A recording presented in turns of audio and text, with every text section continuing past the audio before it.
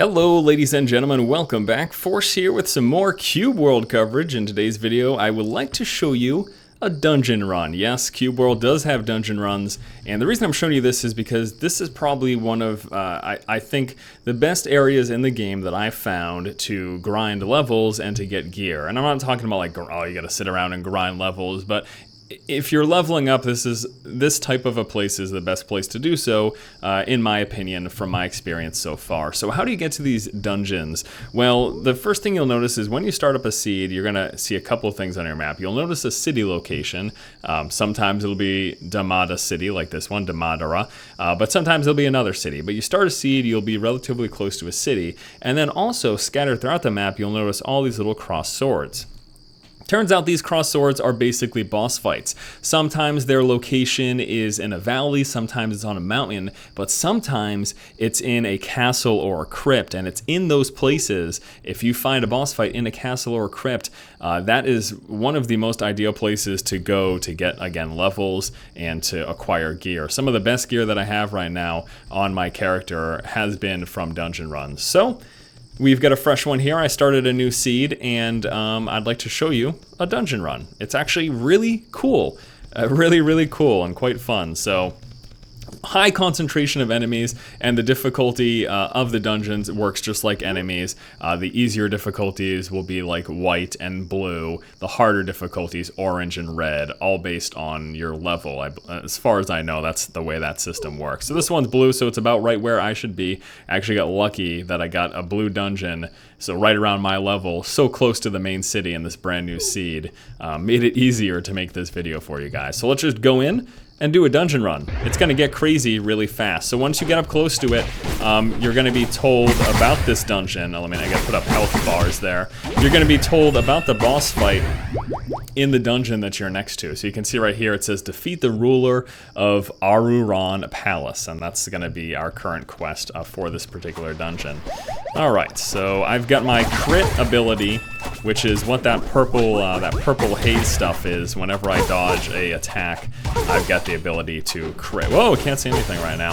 Got the ability to crit. Now, unfortunately, my pet I just acquired, and she is really low level, so she doesn't last very long in these fights, and you're likely to see her consistently die. It's just because she's level 9 compared to my level 20. I have had higher level pets that actually do pretty well in combat, but unfortunately she is just not one of them, so. But I don't want to go back to them because I do want to level up my black cat, Maki, because that's the name of my real life black cat. And I like doing things like that. I think it's kind of neat. So we're going to be seeing tons of loot. I'm not going to go through any of it until we get to the end of the dungeon. That's basically my MO, because there's so much that you get all the time off of everybody that it's just kind of silly to... I'm not going to, every time I pick up a new piece of loot, go into my inventory and give it a look. Alright, so we're just going to have a bunch of packs of enemies like this. And like I said, this is like one of the best places to level up because there's such a high concentration of enemies. And I forgot to put my potions up. That was a mistake there.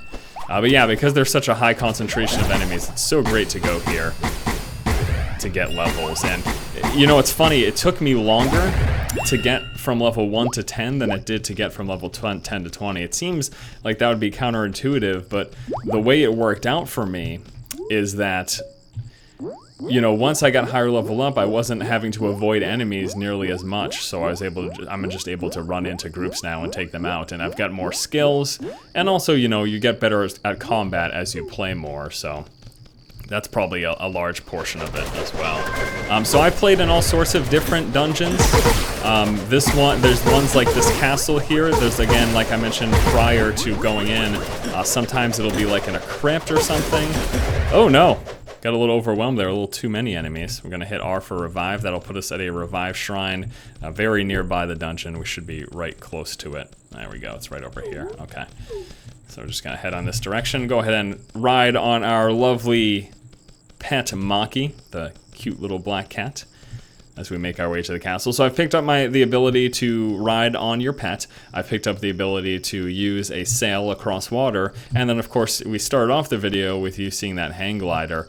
These are all just base skills that you get. You unlock the first 5 in Pet Master, climbing, and swimming.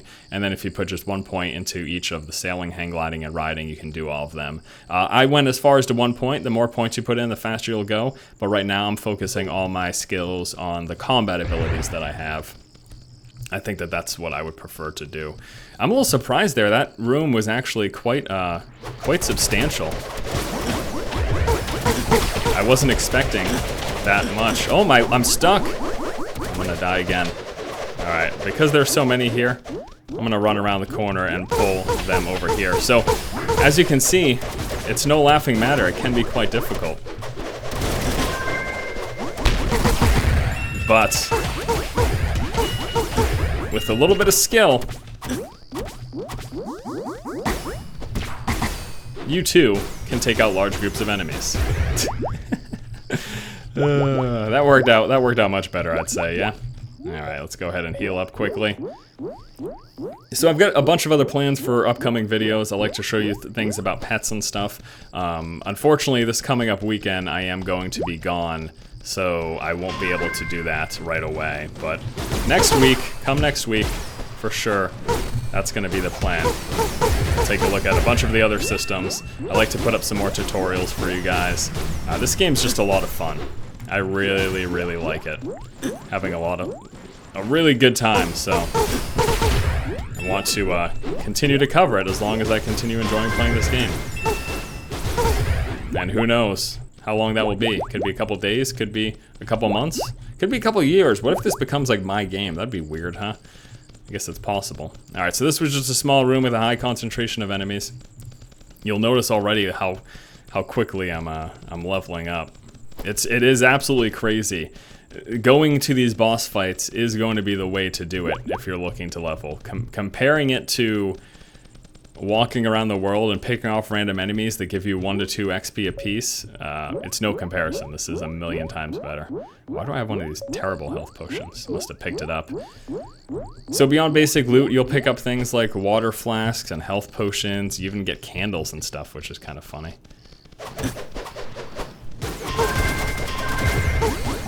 That was an unusually high concentration in that last area. I mean, I'm still surprised by that, obviously, because I'm still talking about it.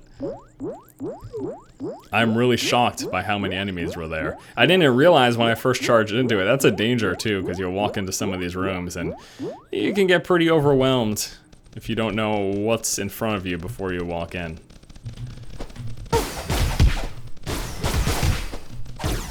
Gotta try to dodge their attack, you get my crit up, and then just hit them with everything. So this class that I'm playing is the rogue. Specifically, it is the rogue ninja as opposed to the rogue assassin.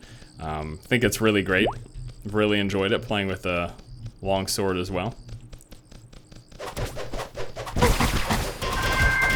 I don't know if I should be charging in here like this. Going around the corner again. Just to pull them back here, get them all clumped up.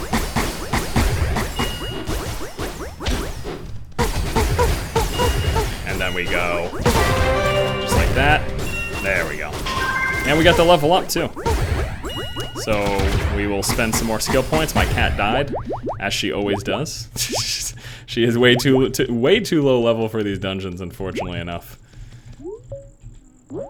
Okay, and then we can go ahead and spend our skill points. I'm going to be focusing on intercept primarily. I don't know what the level cap is for skills, but it's continuing to go, so.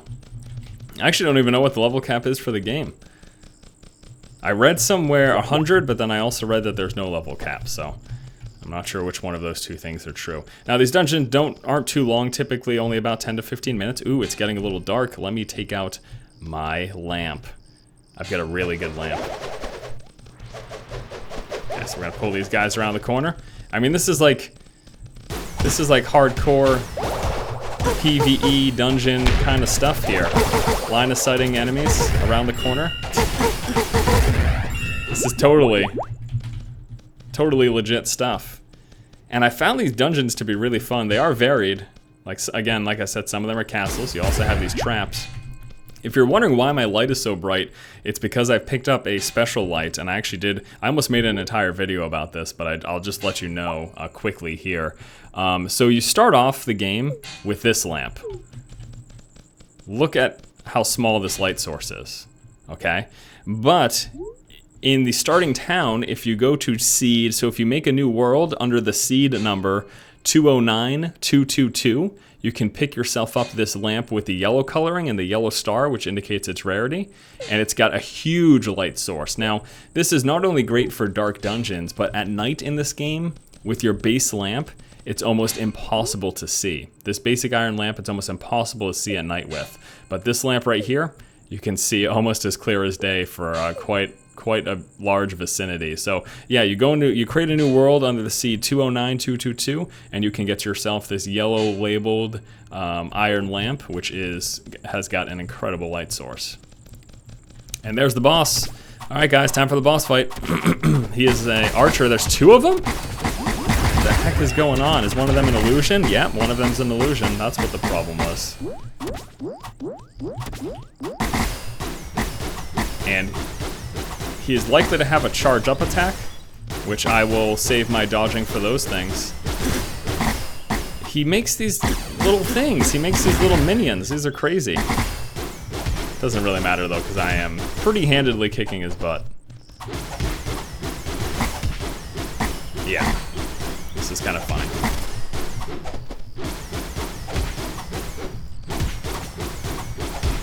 Not much of a problem. Don't kill my pet, I will hurt you.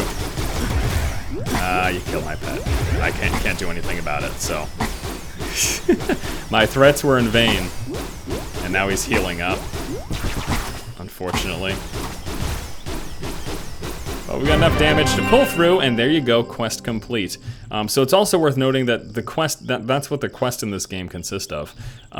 It's just these marked areas on the map. Now there's also quests that you can get in town, which are just to discover areas, but that's all they are. There's no like kill quest or anything like that in the game yet. It's still alpha though. But yeah, these little crossed swords, those are the quests. And if you're wondering how big the world is, I know you see this little location, and it's fairly big. I mean, this is all we've explored here, and then you pull back, and there's all of that, and then all of that. But there is also landmass all the way around. It just keeps on going, and there's different biomes, as they're called.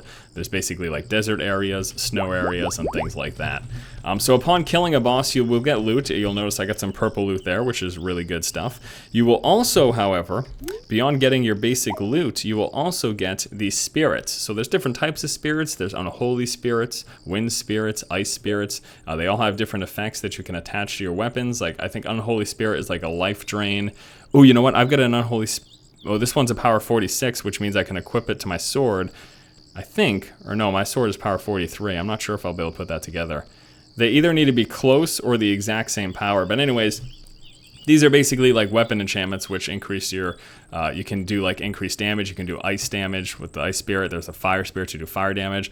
Unholy spirit, I think that drains. Wind spirit, it increases like your, I think, movement speed and attack speed, something along those lines. But yeah, those are just item enchantments.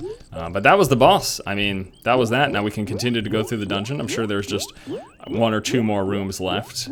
And then that's probably it. Again, these dungeons are typically quite small. But beyond this, what I would typically do is you can either restart, like leave and come back, and then just continue to fight around here. But I like to see a varied array of places. So I typically just go to the other swords, and then I cross over this line anywhere around here to go into another biome and then just go to other fights. Or you could just keep starting new seeds and just do whatever's close by to make it, I guess, the easiest. And that is how you take out a group. That is what I was trying to do in the prior groups, but I couldn't get them clumped up well enough. It just didn't end up working out for me. Oh well. We'll quickly take a look at the loot. Actually, yeah, this is it. It was just this small little room here. Alright. Alright, so let's quickly take a look at the loot. I'd like to go outside first. Get a nice scenic view for it, for wrapping up the video too.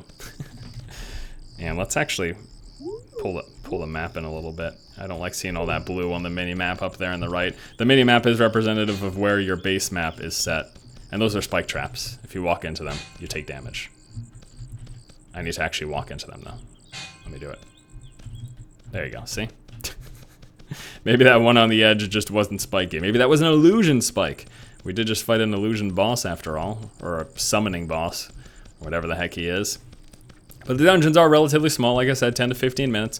The great thing is, though, you get those spirits, which are item enhancements, and then you also get some sweet loot. Now, I don't know if any of the sweet loot's going to be good for my character, but I guess we can find that out right now. Let's go ahead and hop in here and take a look at our backpack. So we got these. These are for a ranger. Really nice, rare shoulder pads. That's mage, ranger. That's a purple item. Look at the damage on that thing, too. Very, very nice. Mage, 49 sword. With 11 damage, 2 tempo, 2.4 crit. Although its power level is higher than the one that I have, as you can see, the weapon that I have right now is better. It's got a huge tempo. It's got not as much crit, but it also has the regeneration to it, and it's got more HP and more damage. Now, if I were to enchant this level 49 common iron longsword, it would get more damage, but I still don't think it would be as good as the sword that I have equipped right now. So we don't really need that because it's not as good. That's the conclusion. 4.3 crit on this amulet. I like the tempo instead. It's attack speed. Tempo is attack speed as far as I can tell. And the necklace that I have right now is 4.7 attack speed. So I don't know if we actually got anything here that we're going to use. Oh, these are pretty good. 49 power, it's got 18.4 HP, more armor, more resilience, more tempo, less crit. I like that though. So we're gonna put those on, and you notice my shoulder pad colors change to the new item. I like that. I like the tempo. I really like that attack speed. Oh my! I found a huge upgrade. Now it's only 15.6 damage as opposed to 14.7, but that is also unupgraded. I've put a ton of silver things. I've put a ton of silver cubes on the weapon that I have right now, which increased its damage. So this weapon is great for me, and that will be an upgrade for me. So I am absolutely going to use that. And then we've got this, which isn't an upgrade. Wow, I can't believe we actually got an upgraded sword. That is huge. I am stoked. Whoa! Oh, this is a lot more. This is a huge upgrade too. Look at this. We can just put this straight on. New chest piece. Big upgrade. So clearly, you can get some nice... I can't believe I got 2 really good upgrades in that one run. That is really, really significant. This 15.6 is going to be closer to 17 damage once I'm done enchanting it. So that is huge. Well, there you go, guys. Hopefully you enjoyed this look at a dungeon run here in Cube World. Stay tuned for more Cube World coverage. More videos will be coming out. I will be away this weekend, so I'm not sure if any other Cube World videos will be out until early next week, but there'll be something else coming out for sure, because I'm having so much fun playing this game. Hang glider, woo! Why not? Alright guys, thanks for watching. If you like the content, please subscribe. Keep watching and keep owning.